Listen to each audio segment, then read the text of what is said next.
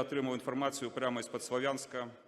I have just received information from the area near Sloviansk that terrorists with Russian weapons PZRK have shot our helicopter carrying soldiers for rotation. 14 of our soldiers died, including General Kolchaisky. Для ротації 14 наших військових загинуло разом з генералом Кульчицьким. Шановні колеги, я переконаний, що Dear colleagues, I am convinced that our armed forces, our security bodies, will finish the job of cleaning out the terrorists, and all the criminals financed by the Russian Federation will be destroyed or will stand before the court. Glory to Ukraine.